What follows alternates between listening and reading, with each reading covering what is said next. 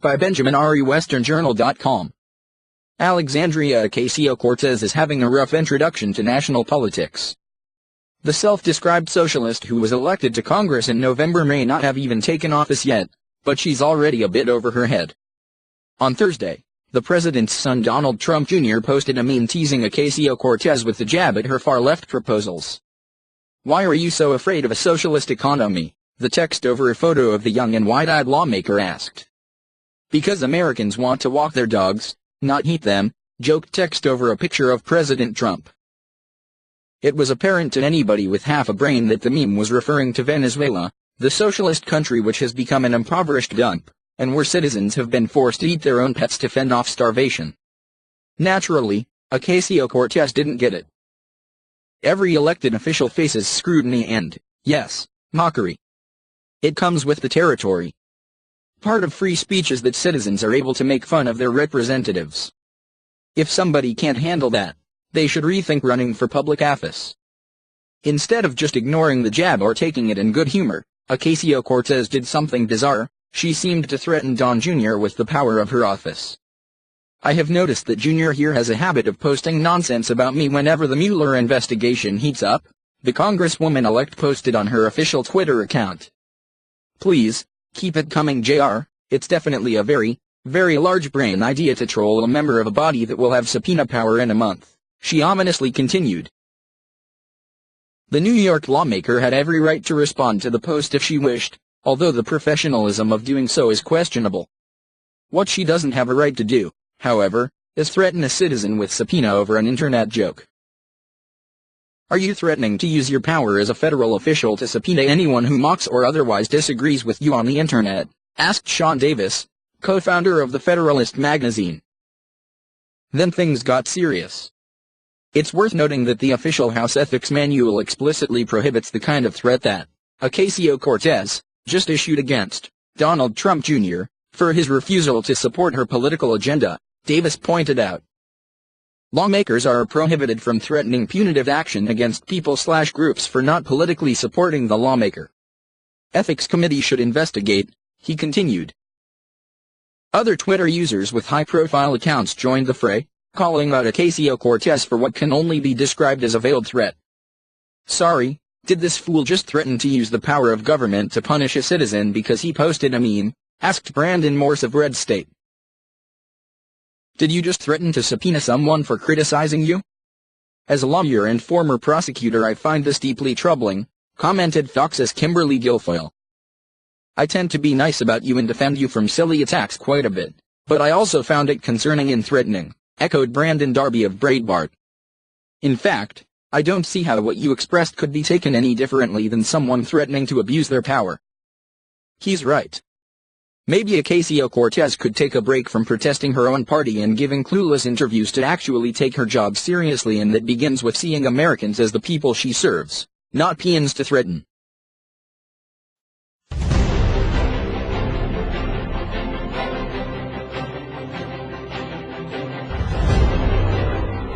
By ilovemyfreedom.org.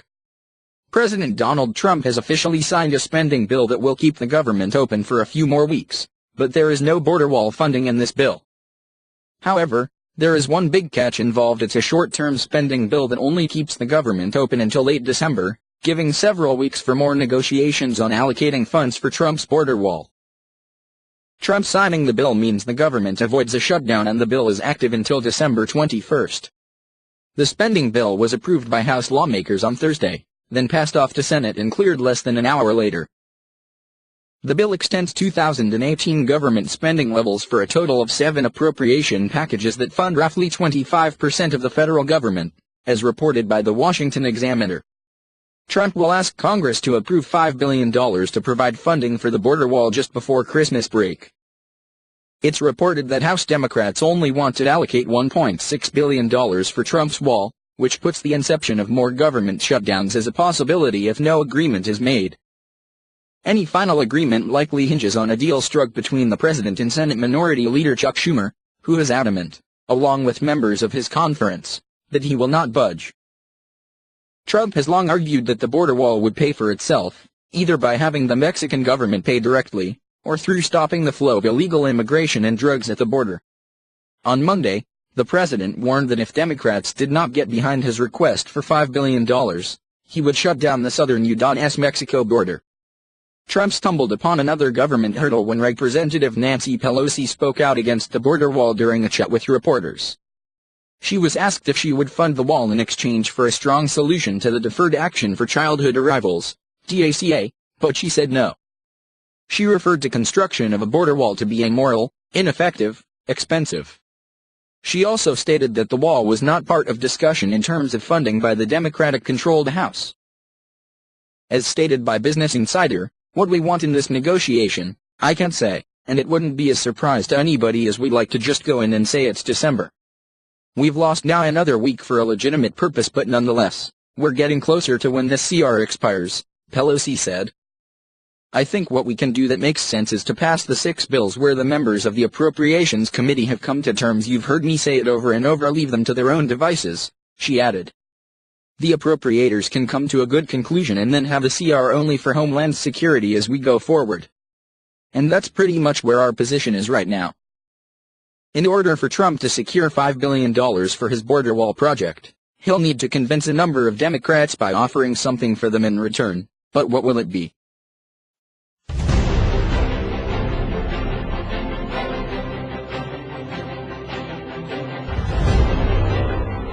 By Rebecca Dicerio, MadWorldNews.com. Rosie O'Donnell is going bonkers. She's convinced that President Donald Trump will soon be rotting in jail.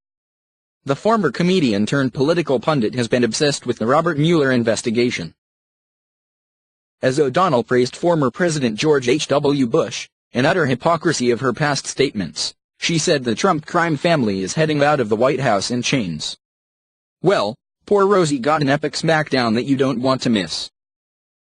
The former co-host of The View was shockingly out of her mind after she found out General Mike Flynn was not going to jail. Rosie was reeling from the sentencing guideline Mueller put out on Flynn, as she was convinced the unredacted portions of the document were the key to proving Trump would be arrested. Well, why wouldn't she think just that? MSNBC's Rachel Maddow was saying the same thing. But Rosie went too far. Breitbart reports, actress, former View host, and longtime hater of President Donald Trump, Rosie O'Donnell declared Wednesday that Trump should rot in jail. The 56-year-old attacked members of Trump's administration in 2017 as Nazis, saying, "If you stand next to and work with Adolf Trump, yes, you fucking are a Nazi." O'Donnell's Trump derangement syndrome has been going on for quite some time.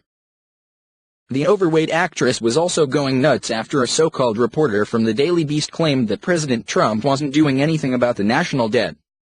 Rosie cited the reporter's words as proof Trump needs to be locked up. When President Trump has literally been shown data and charts by senior officials showing what year, the debt is expected to explode, Trump has referenced the first year and said, "Yeah, but I won't be here." That's a direct quote, the Daily Beast's Asawing Suebsang said. Of course, this is more fake news. Yet, Rosie can't seem to decipher what's real and what is not. Breitbart adds. During an October appearance on MSNBC, O'Donnell called Trump evil and admitted that she got physically sick on election night in 2016. "I actually got physically sick that night. I thought to myself, this cannot be happening," she said. "When he got the nomination, I thought I'd just have to wait until election day. And then he won. It took a good year to compose myself in public again. I took a year out of the spotlight." The former Rosie O'Donnell show host also said in August that President Trump is a horrible, horrible human with no soul. He has a very serious mental disorder. Yesterday, Rosie was praising former President George H.W. Bush. Several tweets on her Twitter feed showed scenes from the funeral as O'Donnell said "Thank you 41. Yep, she must have forgotten that she loaded Bush 41 and his son. In fact, back in 2002, The Hill reported, O'Donnell has been a vocal supporter of Democratic candidates in the past, including 2016 presidential nominee Hillary Clinton. But the comedian said she no longer considers herself a Democrat after they failed to impeach President George W. Bush. "I stopped being a Democrat when no one called for articles of impeachment against George W. Bush for starting an illegal war," O'Donnell told Hill.tv. The leftists don't love Republican presidents until they're dead, it seems. Rosie O'Donnell is going to really lose it when all Robert Mueller does is come out with an anti-Trump report. He has nothing on the president, which is evidenced by his Flynn sentencing guidelines. If the three-star general had given Mueller the smoking gun, he would have known over a year ago after he questioned Flynn 19 times. Instead, Flynn gave him nothing, because he had nothing to give. Poor Rosie, they need to get the padded room ready now. It's going to be a real shock when not only does Mueller come up empty-handed, but Trump soars to re-election in 2020.